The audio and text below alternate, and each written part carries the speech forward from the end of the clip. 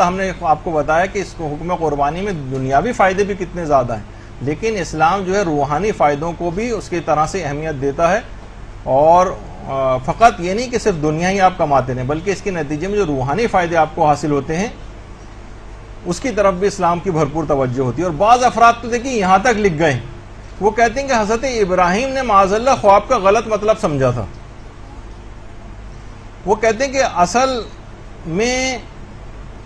مقصد یہ تھا بیٹے کو ذبح کرنے کا، خواب میں دکھانے کا، کہ اس بچے سے دنیاوی امیدیں منقطع کر کے اس کو دین کی خدمت کے لیے وقف کر دو، یہ مقصد تھا۔ اور جب نعوذ باللہ اس ضرر رساں فعل کا ارتکاب کرنے کے لیے حضرت ابراہیم جانے لگے تو خدا نے ان کو متنبہ فرمایا اور ذبح عظیم یعنی بیٹے کو دین کی خدمت میں وقف کرنے کی رہنمائی فرمائی۔ حالانکہ یعنی حضرت ابراہیم نے غلط مطلب سمجھا، حالانکہ خود قرآن نے اس کی نفی کر دی، اور خود قرآن کی آیتیں ہیں باقاعدہ، قد صدقت الرؤیا، ابراہیم نے خواب کو سچا کر دکھایا۔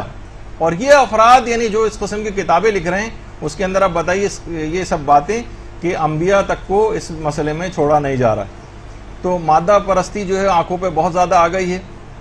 اور آپ کو پتہ ہے کہ اسی مادہ پرستی کی وجہ سے یہ جو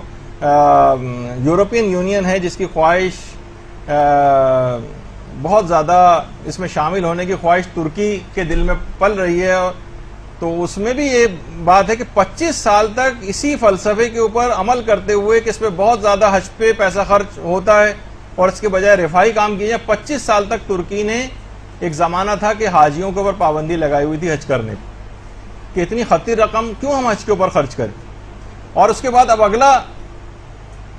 حملہ اس کے اوپر بھی ہو سکتا ہے، اگر آپ نے حج میں بات مان لی، یعنی پہلے تو قربانی میں بند کریں گے کہ رفاہی ادارے کھولے جائیں، پھر کہیں گے حج بھی بند کیا جائے، اس سے اور کام کیے جائیں، پھر کہیں گے نمازوں میں جو مسلمان اتنے زیادہ وقت کو لگا رہے ہیں،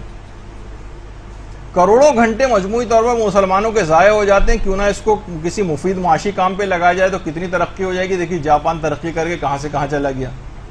اور یہی اعتراض ذرا اور چھوٹا کر لیں تو ہم مدرسے کا جو فیس بک چلا رہے ہیں اس پہ بھی لوگ اعتراضات کرتے ہیں کہ جو احکامات آپ اس کے اوپر اس صفحے کے اوپر آ رہے ہیں، اخلاقیات ہیں کہ جناب یہ وضو غسل و تیمم کے مسئلے آپ اس کے اوپر جو ہے کر رہے ہیں، دنیا چاند پہ چلی گئی ہے اور لوگ اس سے بھی آگے کی باتیں کر رہے ہیں اور آپ لوگ فقط اسی کے وضو کیسے کیا جائے۔ تو ہم ان کو یہی جواب دیتے ہیں کہ جناب یہ احکامات اسلامی کا پیج ہے، اگر آپ کو سائنسی ایجادات کے پیج چاہیے تو کسی اور جگہ رجوع کیجیے، آپ ناسا کی ویب سائٹ جا کر رجوع کریں۔ اور اگر ہم پھر وہی جواب دیتے ہیں جو اس نے کہا تھا کتنے آپ کے پلازا ہیں، ہم نے کہا کہ چلیں ہم تو اس پہ اپنا وقت ضائع کر رہے ہیں، آپ تو وقت ضائع نہیں کر رہے ہیں نا، آپ نے کتنی سائنسی ایجادات کر لی۔ تو بعض اوقات ہم بھی تلخ ہو جاتے ہیں اور کچھ جواب دینا پڑ جاتا ہے۔ تو یہ سب احمقانہ باتیں ہیں، اور صرف لوگوں جو دین کا کام کر رہے ہیں ان کی راہ کو کھوٹی کرنا ان افراد کا مقصد ہوتا ہے۔